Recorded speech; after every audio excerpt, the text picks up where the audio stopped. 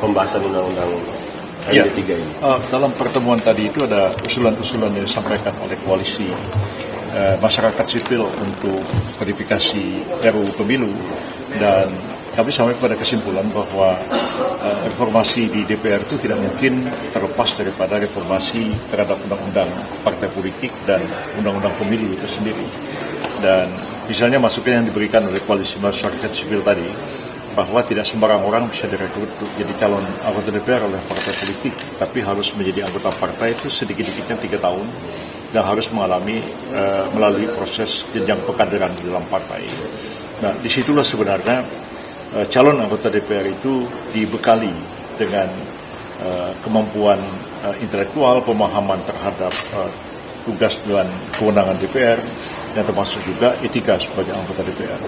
Dan kemudian kita ketahui bahwa DPR itu kan partai-partai kan punya kewenangan untuk melakukan recall atau PAW terhadap anggotanya. Sehingga kalau ada anggota yang menyimpang seperti itu, partainya sendiri akan mengambil satu tindakan sebelum Badan Kehormatan DPR mengambil satu langkah kalau terjadi pelanggaran etik. Jadi saya kira ini merupakan kesempatan yang baik bagi kita untuk melakukan reformasi terhadap DPR dan dimulai dari reformasi terhadap undang-undang partai politik dan sistem pemilu kita sendiri. Prof, tadi kan kalau tadi disebutkan itu terkait pencalonan anggota legislatif yang harus 3 tahun dulu ya sebagai kader. Ini usulan dari koalisi. Usulan dari mereka. Lalu bagaimana kalau nanti pencalonan terhadap calon presiden dan wakil presiden dari partai? Apakah memang harus dari kader atau memang nantinya ada usulan baru dari mereka tadi? Ya, memang agak berbeda karena kalau calon presiden itu dan calon wakil presiden memang diusulkan oleh partai politik peserta pemilu, dan itu kan baik satu partai politik atau dia gabungan partai politik, itu yang disebutkan di dalam pasal 22E dari Undang-Undang Dasar 45. Jadi bisa saja yang dicalonkan itu adalah kader dari salah satu partai politik yang mengusung atau mencalonkan, bisa juga satu partai politik mencalonkan, ya, bisa juga orang bukan anggota partai yang bersangkutan tapi didukung oleh partai politik. Jadi agak berbeda tentang pencalonan presiden dengan pencalonan anggota DPR. Sebab untuk calon anggota DPR itu yang ikut pemilu bukan dia, yang ikut pemilu itu adalah partai politiknya. Nah, sementara untuk pemilihan presiden dan wakil presiden, yang ikut pemilu pilpres dan pilpres itu adalah pasangan calon presiden wakil presiden itu. Partai hanya mengusulkan atau mencalonkan dia ke KPU, dan kalau memenuhi syarat dia ditetapkan sebagai calon untuk ikut dalam pertarungan pilpres itu sendiri. Jadi memang agak berbeda antara calon anggota DPR dan calon presiden dan wakil presiden. Permintaan koalisi tadi untuk percepatan pembahasan undang-undang pemilu dan diambil alih oleh pemerintah. Ya, saran dari koalisi tadi itu supaya ini diambil alih oleh pemerintah, dan memang ini sudah disepakati dalam prolegnas. Tapi siapa yang akan menjadi pengambil inisiatifnya, apakah DPR ataukah pemerintah? Koalisi masyarakat sipil hari ini mengusulkan supaya pemerintah yang mengambil alih, dan memang pemerintah sebenarnya sudah mengambil langkah-langkah ke arah itu.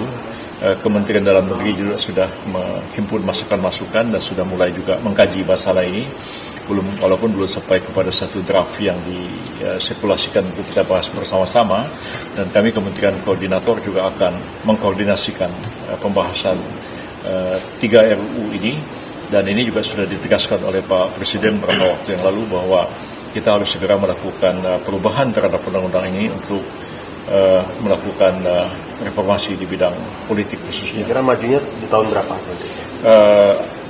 Target kita sih tahun 2026 sudah mulai diselesai dan kemudian dibahas, dan sudah ini kan masuk skala prioritas dalam atau kalau di 2026 juga. Ya, harapan kita bisa selesai tahun 2026 karena KPU-nya kan harus dipilih dan dilantik lebih dulu.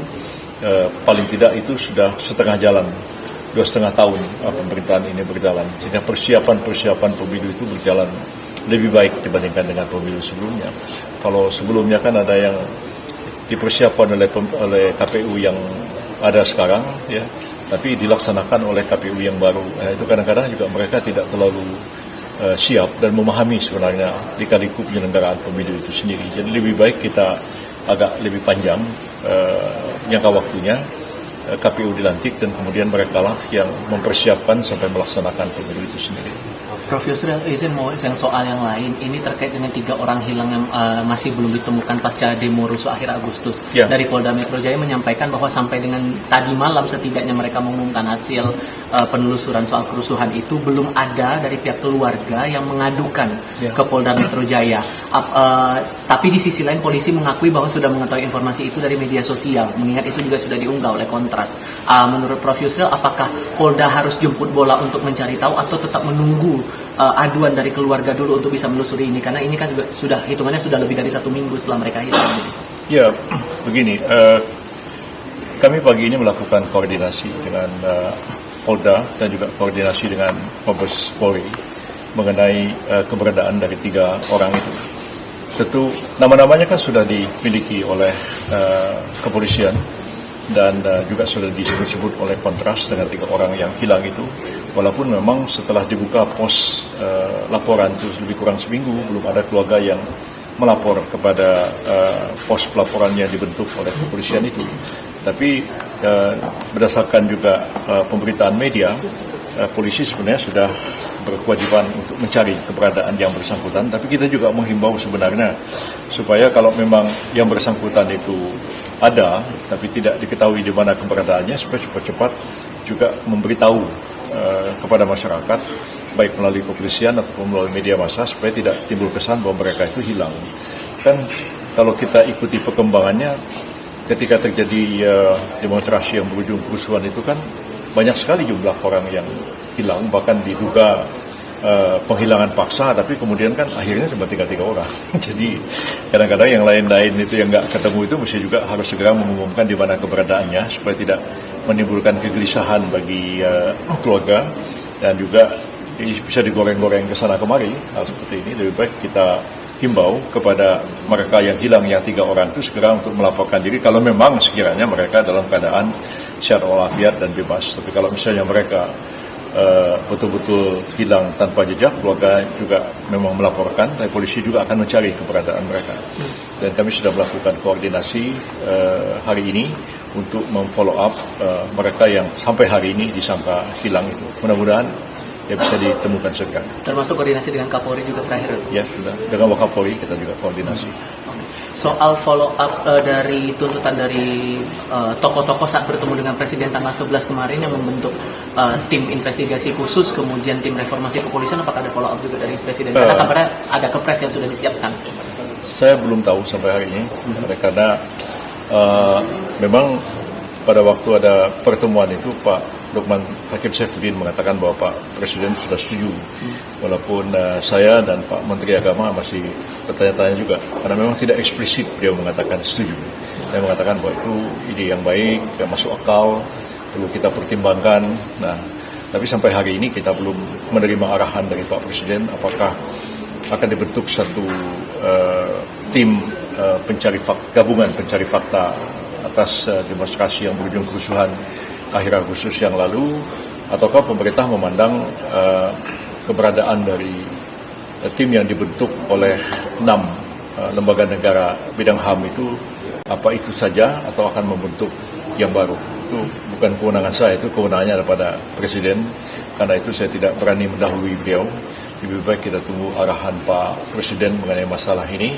Mudah-mudahan dalam waktu tidak terlalu lama akan ada arahan dari beliau, sehingga saya juga dapat mengkomunikasikan kepada publik apakah pemerintah memang memandang perlu membentuk satu tim gabungan pengumpul fakta, ya, seperti yang diusulkan oleh 17+8 ya, termasuk juga oleh Gerakan Hati Nurani yang ketemu Pak Presiden, ataukah cukup dengan satu tim pengumpul fakta, pencari fakta yang dibentuk oleh 6 lembaga negara HAM ini.